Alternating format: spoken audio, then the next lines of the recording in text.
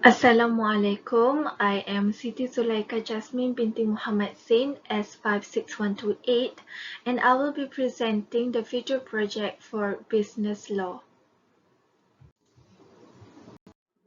So I received question number 8 and this is the question.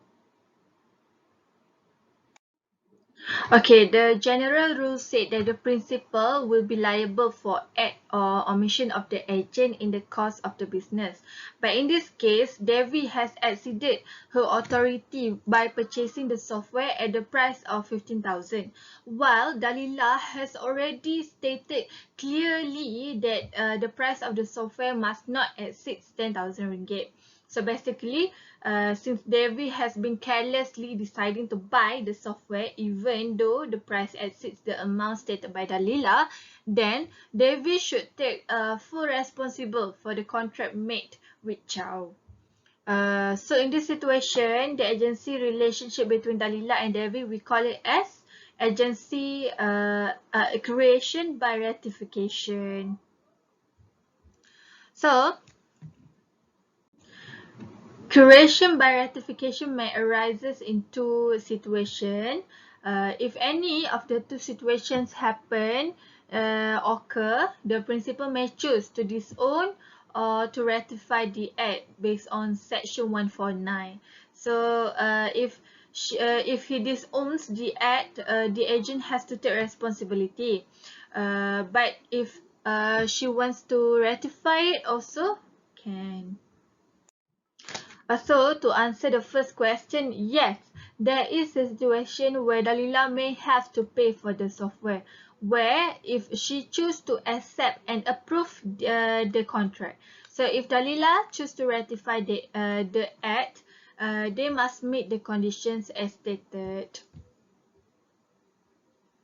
Based on the situation given, it seems that they have met all the conditions that have been set to enable Dalila to ratify the act. First condition have met when Devi has exceeded her authority, but at the same time, her act is not unlawful. Devi also fit the third condition, where she has acted expressly as an authorized agent at the time of the contract. In a meanwhile, Dalila has knowledge about the excess price of the software, and since she still chooses to ratify it, she must be responsible for the whole contract. As Devi has agreed to become Dalila's agent, she must carry out all the duty listed down from section 164 to section 178 of the contract 1950. So to answer question number 2, I will highlight the 8 condition that the Devi has to follow as an agent to Dalila, which is not to make a secret profit. So later on, Dalila finds out that Devi has received a secret commission amounted to 1,000 ringgit from Chow, and she is not satisfied with Devi's action. According to law, once Devi has received the secret commission, the law presumes that she has been influenced by the payment to the hindrance of her principal. So, since Dalila is not agree with the extra profit gained by Devi, she may take the following remedies against Devi. Firstly, Dalila may repudiate the contract, particularly if she feels that it is disadvantageous to her.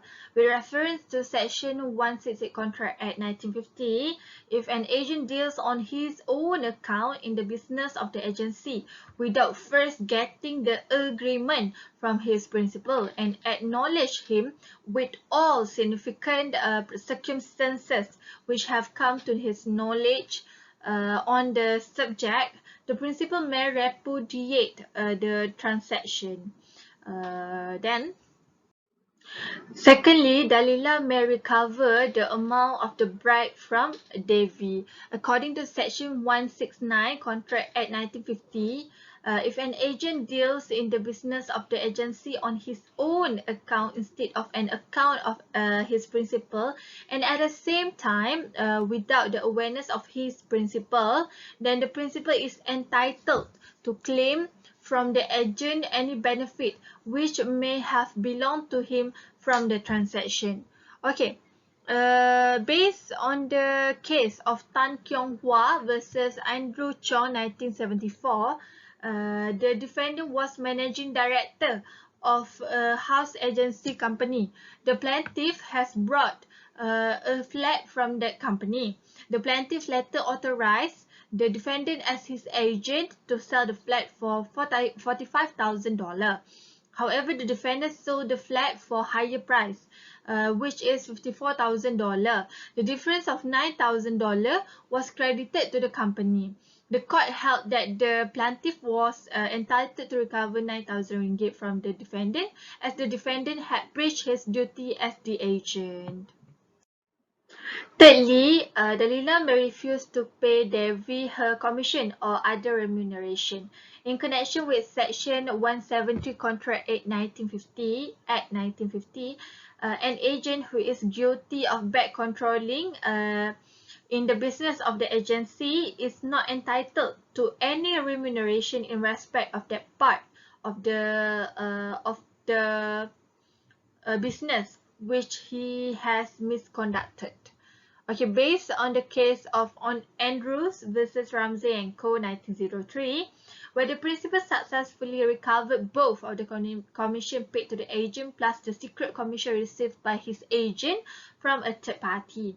In that case, the plaintiff directed the defendant to sell property and agreed to pay him a commission of £50. The defendant received £100 from the purchaser as deposit for the property. The defendant paid £50 to the plaintiff and kept the other £50 in payment for his commission with the plaintiff's knowledge. However, the plaintiff learned that the defendant has also received another £20 as commission from the purchaser. He sued his agent to recover this £20 and also the £50 he had paid the defendant initially. The court held that he could recover both of them.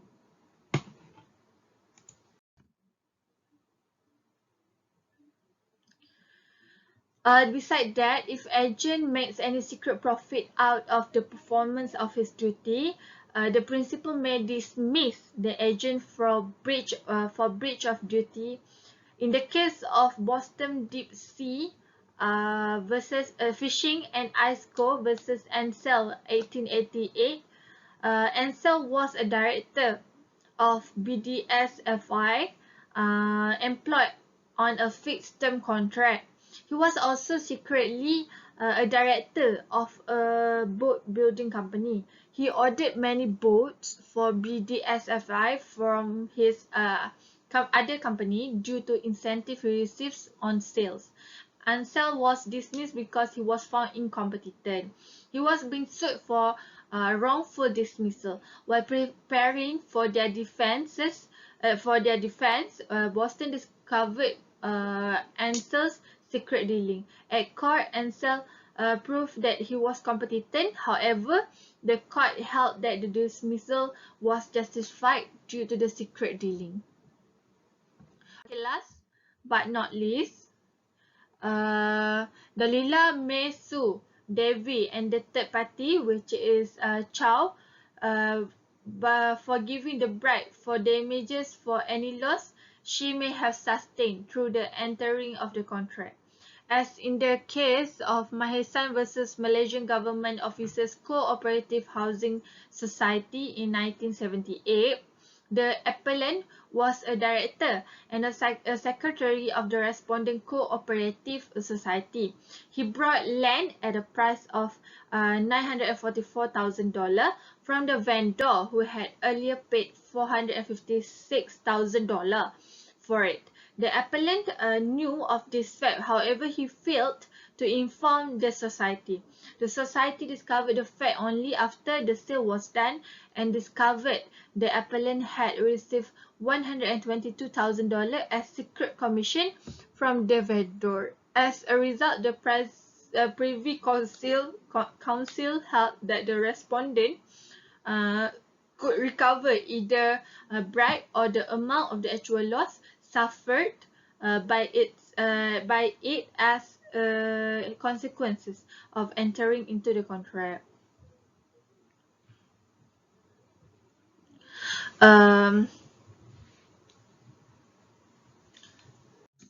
Okay, that's all from me. Thank you.